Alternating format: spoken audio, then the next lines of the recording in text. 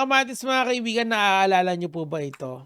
Kung saan si Sara Duterte ay nanakit ng isang marshal na ginagawa lang naman niya yung trabaho niya of clearing operation. Siyempre, mga constituents yon ni Sara Duterte or yun yung voter base niya. Kailangan niya magpakitang gilas doon. Okay?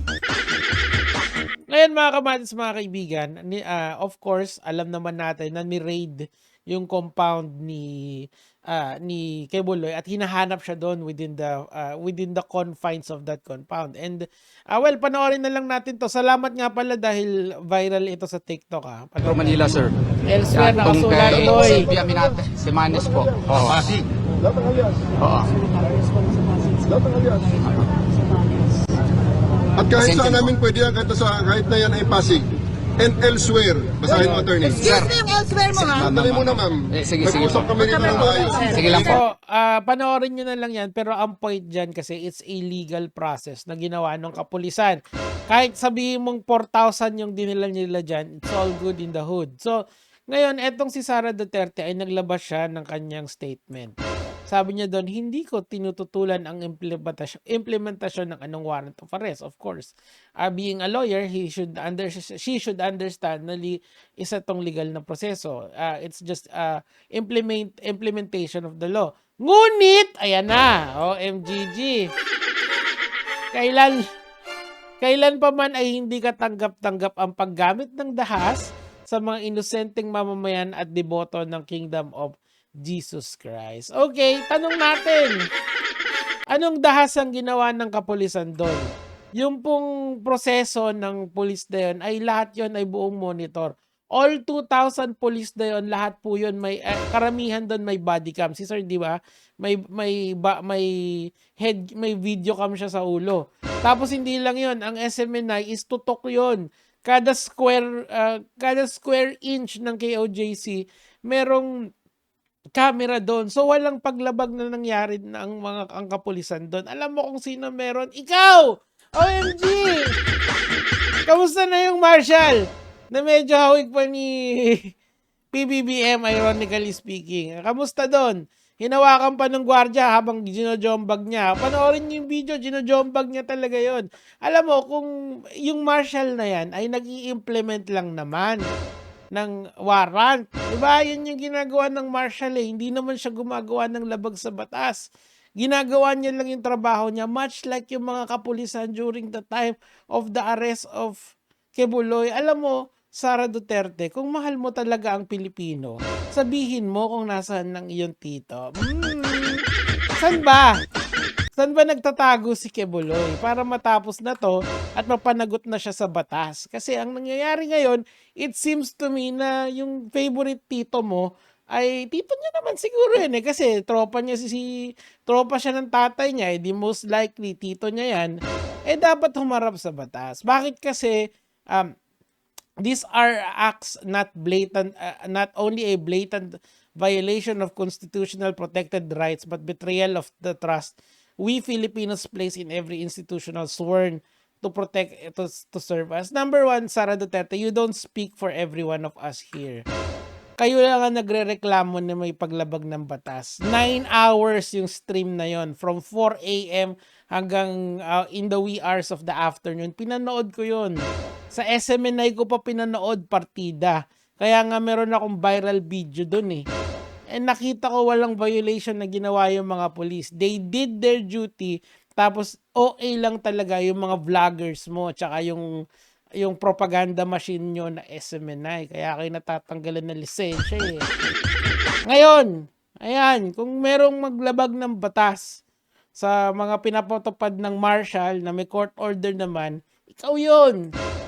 Time and again, ikaw yun. Now,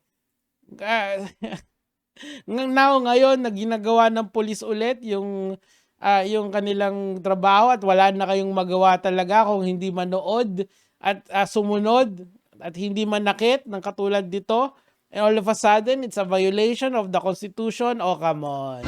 Oh, come on. No means no. Enough of this. Ate, enough. Ama ka na. Iba naman. Pag tungkol kay Quebuloy, napakaingay mo. Pag tungkol kay sa China, ang tahimik mo. Why naman ganon? Alam nyo, this is a crime against moral turpitude yung ginawa niya. Kasi walang ginagawa yung Marshall, bigla niyang ginombag ng ginombag. Kahit na sabihin mong dinedefend niya yung mga matatanggalan ng bahay. Kasi meron naman kasing due process yun na dapat sundin, tapos i-relocate niya, pwede niyang gawin yun. Instead, ang ginawa niya, para pigilan yung Marshall, ginamit niya yung dahas na tinatawag. 'Di ba? This was caught in video. For some reason, our justice system, hindi siya dinimanda. Hindi siya tinanggal sa pagka-public official niya. 'Di ba? And nanalo pa ang vice president. That's how kalokohan sometimes yung ating hustisya dito sa Pilipinas. And now, nasa kanila ginagawa yon, na ginagawa lang naman yung trabaho nila, meron pa rin silang sinasabi. Kinokontra pa rin nila in a such a way na sila yung kawawa, sila yung victim. How come that they are the victim when this person right here did not get justice that he deserves? Kasi dapat kung may hustisya talaga dito sa Pilipinas, itong si Sara Duterte, hindi na yan papatakbuhin ever. Kasi this is a crime against moral turpitude. Ibig sabihin, may ginawa siya that they should disqualify her from public office or even from running from public office ever again. But what happened? Nakatakbo pa, tapos nagrereklamo kasi yung mga kapulisan natin in dito kay Sir General Torre is just doing their job. That's just how effed up this situation is, mga kamatis, mga kaibigan. Etong si Sara Duterte, kailangan niya ng tumigil. Okay, stop. Stop ka na, ate. Ama ka na. Okay ka na. And kitang-kita talaga yung self-serving nature ng ginagawa niya. Instead of focusing on the problems ng ating society, she is instead focusing on this Quebuloy na isang private person for all intent and purposes. Yun siya Kahit nasabihin mong religious leader yan and meron siyang public persona, pero siya, ang tungkulin niya hindi doon sa mga tao sa KOJC. Ang tungkulin niya is para sa Pilipinas. Tanungin mo yan about sa China, tahimik lang. When every one of us, even if yung ikaw ay nasa sa kabilang political allegiance or even if you are with the administration, you agree that West Philippine Sea is ours. You agree na dapat may sinasabi lagi tayo sa West Philippine Sea. This is ours. You agree na yung mga pogo should be out of this kasi because it helps moral decay nitong ating bansa. Pero siya, pagdating doon sa mga issue na yun, tahimik lang. You know why? Kasi sabi nga nila, you cannot serve two masters, okay? And this person right here is serving already two masters.